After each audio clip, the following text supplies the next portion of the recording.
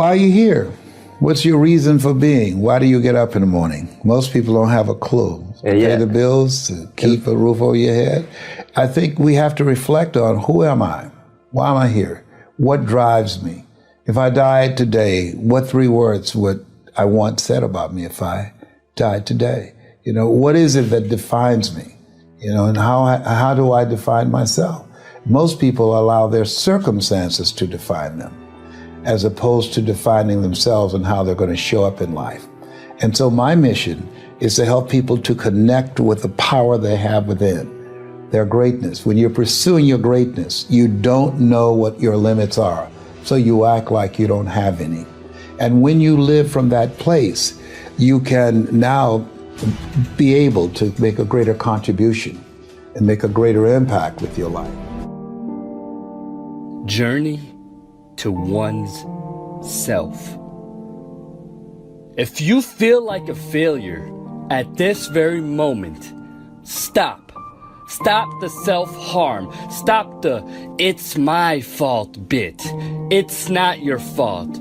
You're mistaking minor mishaps for failure. Yeah, you got a bad grade on your test. Yeah, your girlfriend or boyfriend left you. Yeah, you just figured out that your friends are poisonous. But this does not mean that you're a failure.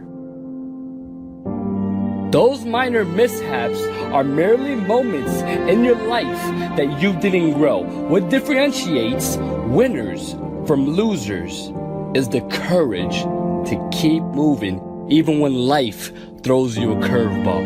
You need to understand that your life won't ever be copacetic. If your life was a straight, narrow road, it wouldn't have any meaning. You have to feel the pain of life before you can reach the final destination.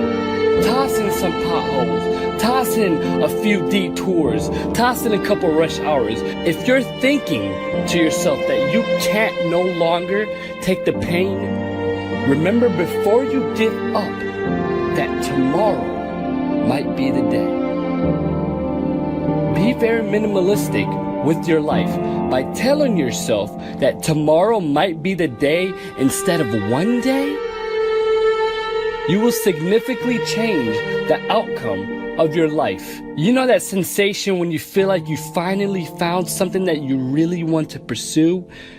And you go into your thoughts and think about this new endeavor. How am I going to do this? Do I tell my close ones? Do I pursue this idea? What do I do? After a few altercations, that sensational feeling turns into a stressful situation. Your mind gets very flustered, causing you to take that sensational feeling and tossing it far away. You postpone that sensational feeling and tell yourself that maybe one day I'll feel it again. The problem isn't the making of the goals, it's the pursuit. Keep your goals close by telling yourself every day, it will happen today. And if it doesn't work, wake up tomorrow morning and repeat, it will happen today. Eventually you will wake up one morning having the it you've been wanting. This is a more efficient way to go about your life, instead of constantly making yourself suffer because you're not where you're supposed to be. You will never be where you're supposed to be. You will always want something bigger and better. Make that future you into the present you. I thank each and every one of you for considering change. The journey to becoming it is right below your feet. So many people put me down and say, Nick, you look too weird and no one's really your friend and you can't do this and you can't do that. And I couldn't change anything. It's not like just fixing my hair one day and everything's fine. It's not like, just whatever. I couldn't change my circumstance. I couldn't just one day wake up and say, hey, give me arms and legs. I need arms and legs. You know what I mean? Like, I went to a bodybuilder, and said, can you make me some arms and legs? No joking. Bodybuilder, you get it? Right? So here's the thing, I go up to people, can you give me a hand? Just joking. But it was so hard because people put me down. And I started believing that I was not good enough. I started believing that I was a failure. That I'll never ever be somebody who what people would like or people would accept. And it was so hard, man. I thought to myself, I can't go on the soccer field like everybody else, and I can't ride my bike, and I can't skateboard, and all these sort of things. And I started getting depressed. I thought, what kind of purpose do I have to live? I mean, are you just here to live to die? I mean, is there not a purpose for me? Is there not a purpose in life? And I had questions and no answers. And I asked my mom and dad, why did this happen? I asked doctors, why did this happen? They don't know. There are some things in life that are out of your control that you can't change and you got to live with. The choice that we have, though, is either to give up or keep on going. I want to ask you, what are you going to believe? Are you going to believe in yourself? Are you going to believe everybody else's judgment on you? Are you going to believe people when they say that you're a failure, when no one really likes you, no one really cares about you? And it's not really to say that, hey, you need someone to come up and say, hey, really, I like you, I care about you. No, it's not that, but it's the fact that people put you down. People don't even look you in the eye.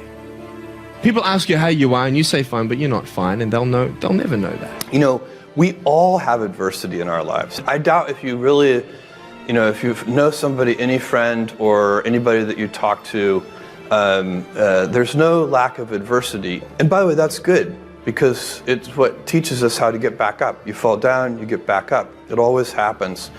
And, you get certain gifts in life and you want to take advantage of those. But I guess my advice on adversity and success would be to be proud not of your gifts, but of your hard work and your choices. So, you may be, the kinds of gifts you get in life, you might be really good at math. It might be really easy for you. That's a kind of gift. But practicing that math and taking it to the next step, that could be very challenging and hard and take a lot of sweat. That's a choice. You can't really be proud of your gifts because they were given to you. You can be grateful for them and thankful for them. But your choices, you choose to work hard. You choose to do hard things. Those are choices that you can be proud of. There's no losing, only learning. There's no failure, only opportunities. And there's no problems, only solutions. So to me, what failure is the mother of all success.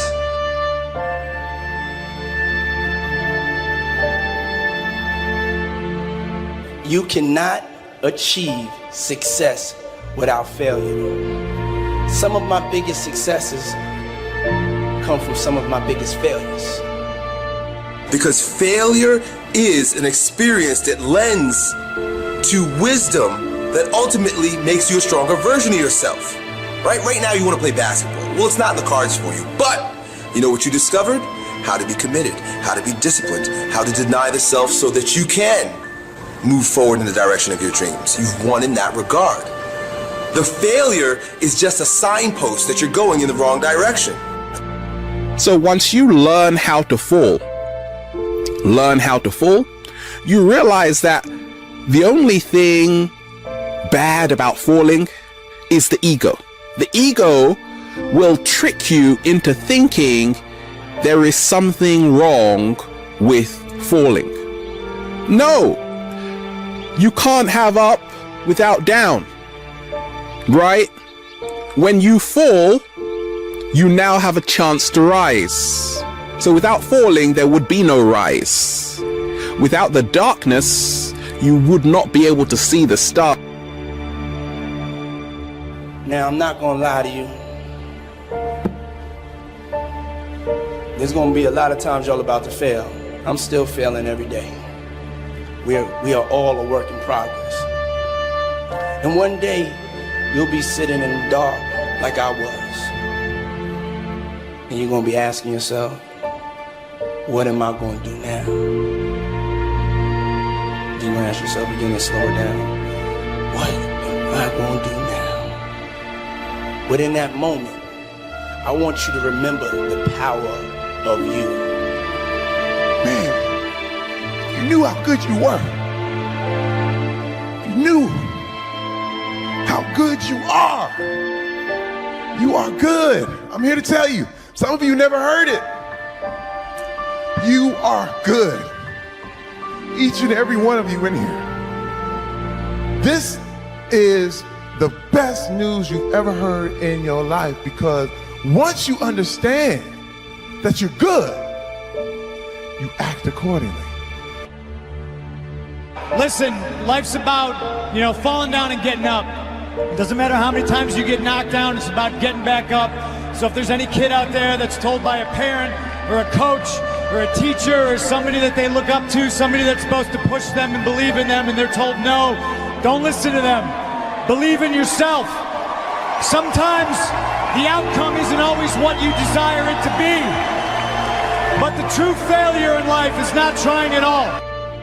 Most people aren't willing to get on that journey because they're afraid to fail. You, my friend, have failed. Congratulations. It's the greatest thing that ever happened to you, because it shows that you're alive, it shows that you did something, and it shows that you're growing stronger. Now go and fucking fail again, bro. I hope you guys that watch these videos, I hope you go and fail 1,000 fucking times. Keep going out there and failing. You know what that means? Every time you fail, it means to me, it tells me that you're doing something. Go out there and fucking fail. It's the greatest joy in life, because it says so much about your character and it adds so much to who you're becoming. Here's maybe the greatest thing a teen or anyone in this room and who's watching on the television at home can learn from the champ. These are words to remember when anyone tries to tell you to give up, tell you to give in, because whatever you're trying to do is impossible. The champ said this: impossible is just a word thrown around by small men who find it easier to live in the world they've been given than to explore the power they have to change it. Impossible is not a fact, it's an opinion. Impossible is potential. Impossible is temporary.